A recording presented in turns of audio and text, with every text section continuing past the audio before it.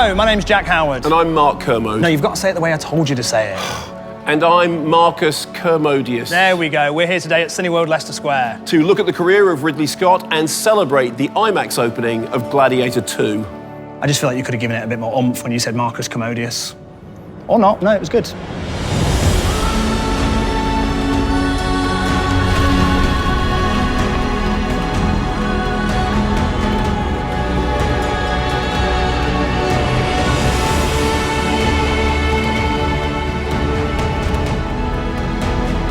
And you're entertained by this, are you?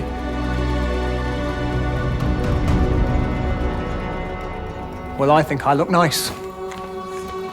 As we all know, IMAX screens are absolutely huge. I actually measured it, I worked it out.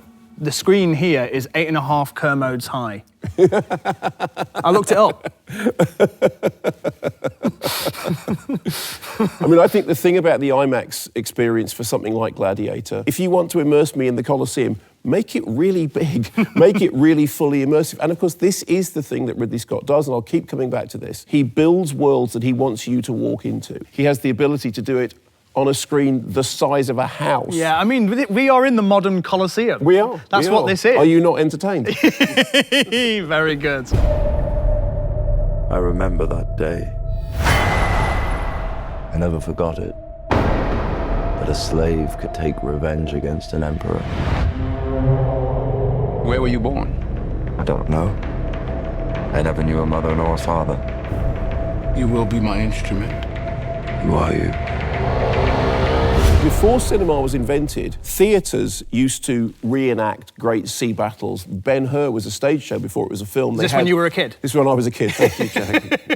And they had chariot races on stage. They had like a rolling stage. And then cinema came along and people went, okay, well, now we can do this even more convincingly, even more realistically. We can really immerse the audience in that world. And of course, for Ridley Scott, the magic of cinema is the immersive possibilities of it. And just from seeing the trailer with the flooded Colosseum and the boats, I'm thinking, okay, this must have been what it would have been like to have been in one of those theatres, to have seen the spectacle of a great sea battle reenacted. And now, if you see it in IMAX, the hugest possible, most immersive experience. It's a huge screen, obviously. It's well big, but the sound in here is incredible. The surround sound system, you can feel it rumbling in the chair. Exactly, and you can feel the audience experiencing it at the same time. An entire audience going, yes. Because you're seeing something that you haven't seen before. It's my favourite thing about coming to the cinema is like being surrounded by people and us collectively reacting to the same thing. Emotionally, we're all in the same place. And if you want that at its best, you want that on an IMAX screen. Did you hear that crowd?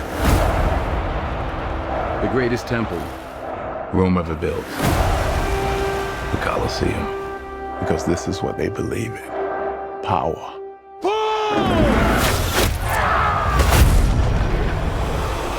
So, Jack, over how many years is it? So it's 24 years. Okay, fine. Okay. Do you want to know how old I was 24 years ago? No, I'm just terrified. I was 8 years old. Wow. So not even old enough to see the film? No.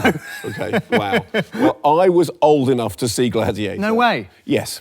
And I remember really clearly, in the lead up to it coming out, everybody thought, this is going to be a great folly. That whole kind of sword and sandal thing, it was a joke. Yeah, it'd become like a parody. Like, we hadn't seen, I say we, like I was around then conscious of what was going on in the cinema, but there hadn't been that kind of movie for like 40 years? No, they had fallen absolutely into abeyance unless it was parodies or unless it was jokes. And then the film opened and everyone went, oh, nobody had expected it to be that serious, to be that dramatic, that emotional. I mean, so much of that is to do with, I mean, it's a fabulous score, obviously. Yes. But for me, the best performance in that film is Ridley Scott, because I think, you know, it's the thing that he does. Ridley Scott builds worlds. And he said, okay, I'm going to build this world. And everyone went, yeah, how are you going to get away with that?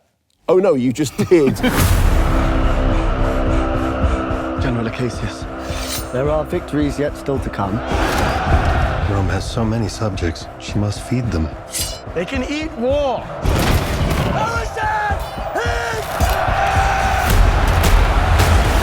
The thing that I think is key to Ridley Scott's world-building cinema is that it's not just visual spectacle. It has to be connected emotionally. And I remember interviewing Ridley once, as I have done many times. I was asking him about, you know, when he's constructing the image, how does he think about it? Because you know he does these Ridley-gram things. He draws all the time. Yes, I know that he went to art school. Yeah, and these amazingly sort of, complicated, detailed pictures of the frame, of the characters in it, and all the little details around it. And I want to see that there. well, that's exactly it. I want to see that up on the screen. And he described it. He said, well, I have a performance to give in the same way as the actors. Any great performance has to have heart and soul. It has to come from here. And I think that's why when Ridley Scott is at his best, what you get is the combination of spectacular visual, but connected at a very sort of fundamental emotional level. And I do think that that's why Gladiator surprised everybody so much. Yes. Because, well done. You rebuilt ancient Rome, which is astonishing. Why does it work?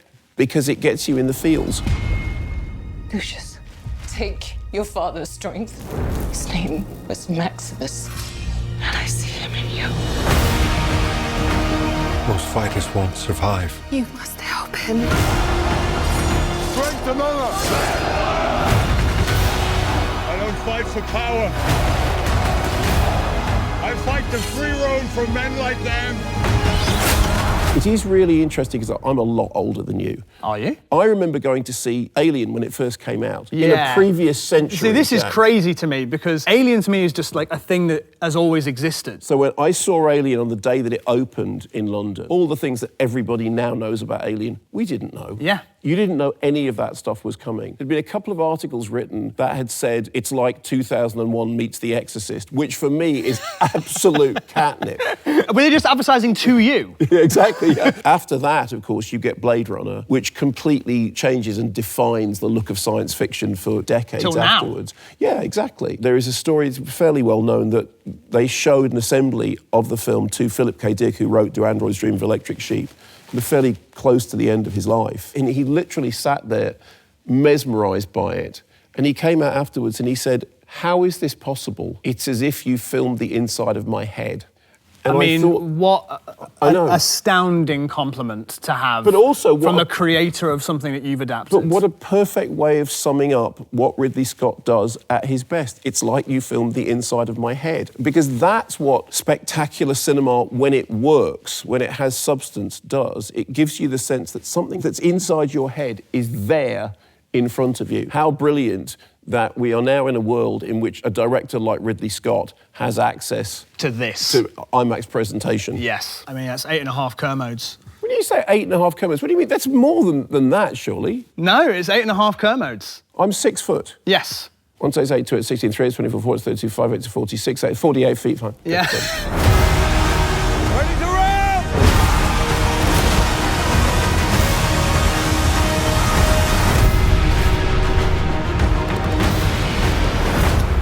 Thanks for watching. Make sure you check out Gladiator 2 at Cineworld in IMAX.